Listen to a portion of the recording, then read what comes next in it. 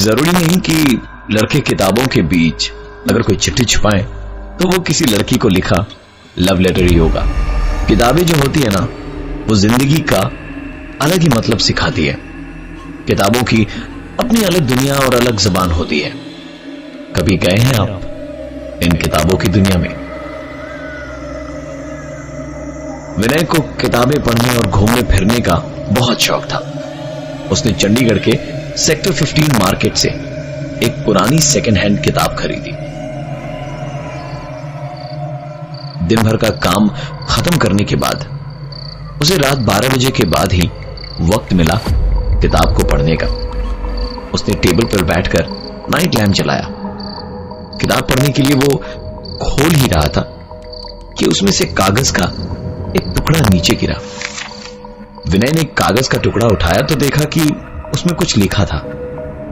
Lamp की रोशनी में विनय ने उसे पढ़ना शुरू किया। मेरा नाम अमित है, मैं यहां दार्जिलिंग घूमने आया, और पीक सीजन होने की वजह से किसी भी होटल में मुझे जगह नहीं मिली।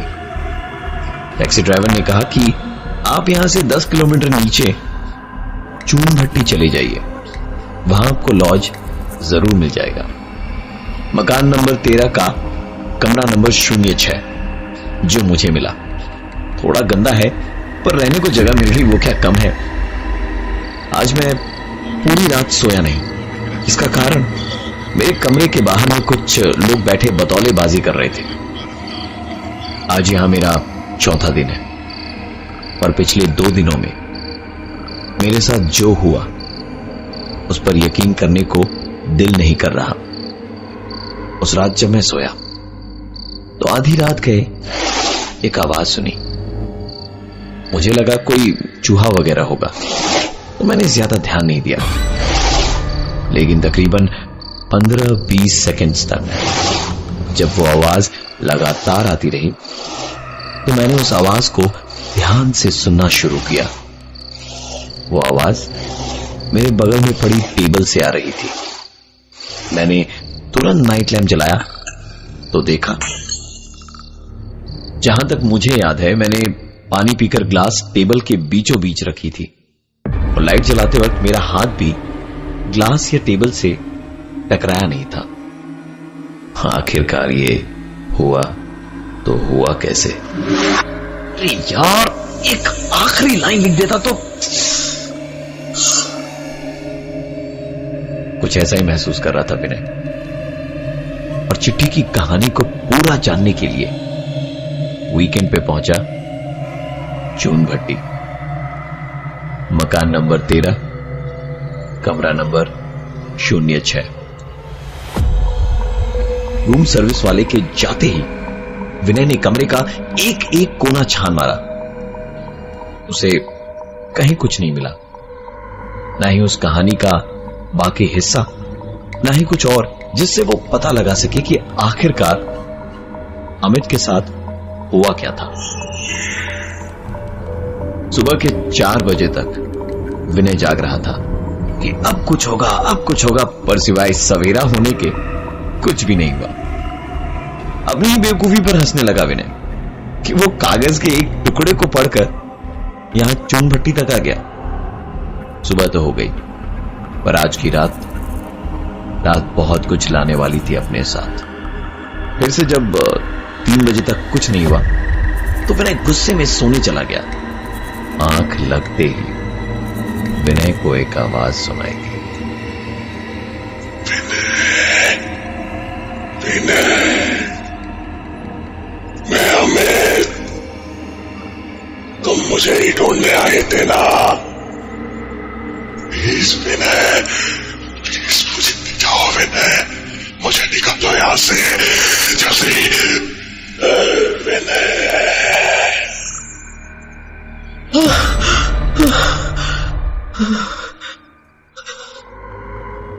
जिस अमित को वो जानता भी नहीं था, विनय ने ना सिर्फ उसकी आवाज सुनी बल्कि उसका चेहरा भी देखा।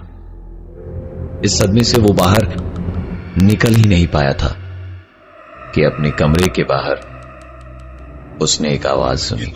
दरवाजा खोला तो बाहर कोई नहीं खड़ा था। इसे अपना वहम समझकर जैसे ही उसने कमरे का दरवाजा बंद किया कि लगभग तुरंत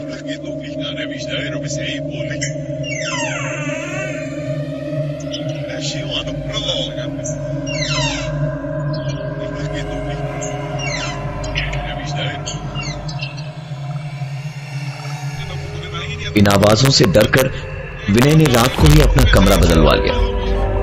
कमरा नंबर 06 से उसे मिला अब कमरा नंबर 05।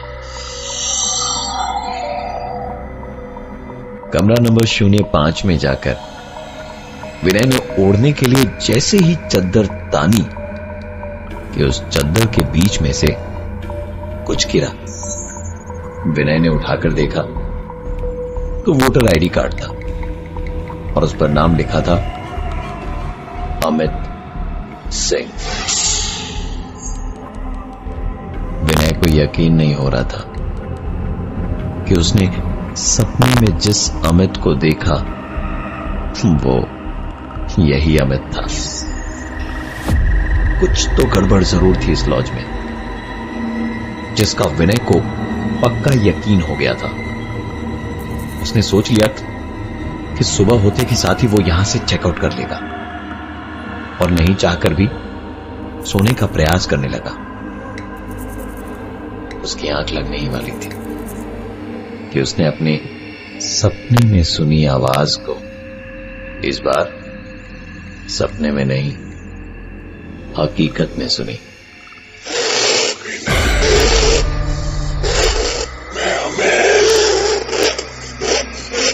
मुझे ही ढूंढने आए थे ना।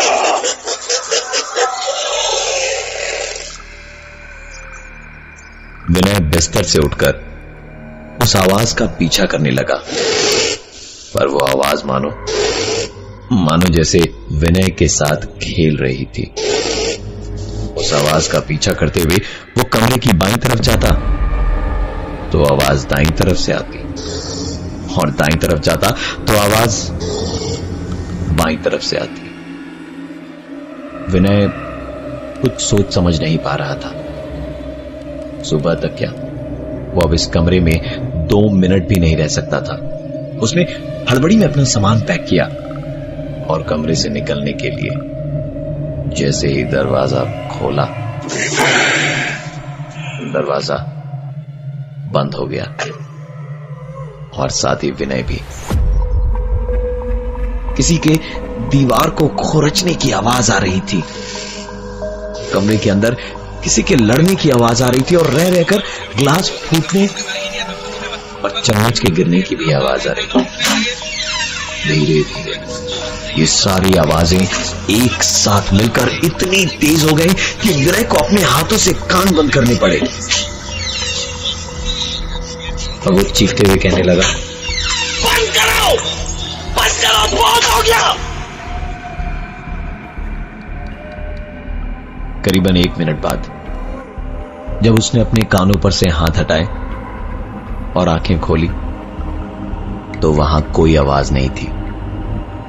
बस कमरे के अंदर एक गजब की ठंड थी। टेबल पर रखा कंबल जैसे ही विनय उठाने गया तो उस दीवार के पार से एक आवाज आई। विनय ने दीवार से अपना कान लगाया ताकि वो उस आवाज को साफ साफ सुन सके। दीवार पर कान लगाने से पता चला कि दीवार खुरचने की आवाज दीवार के उस पार से नहीं बल्कि दीवार के अंदर से ही आ रही थी। बड़े ध्यान से उस आवाज को सुनने की कोशिश करी तो सुनाई दी और एक आवाज, विनय, ये दीवार मेरा घर है और अब तुम्हारा भी। सर आपकी सर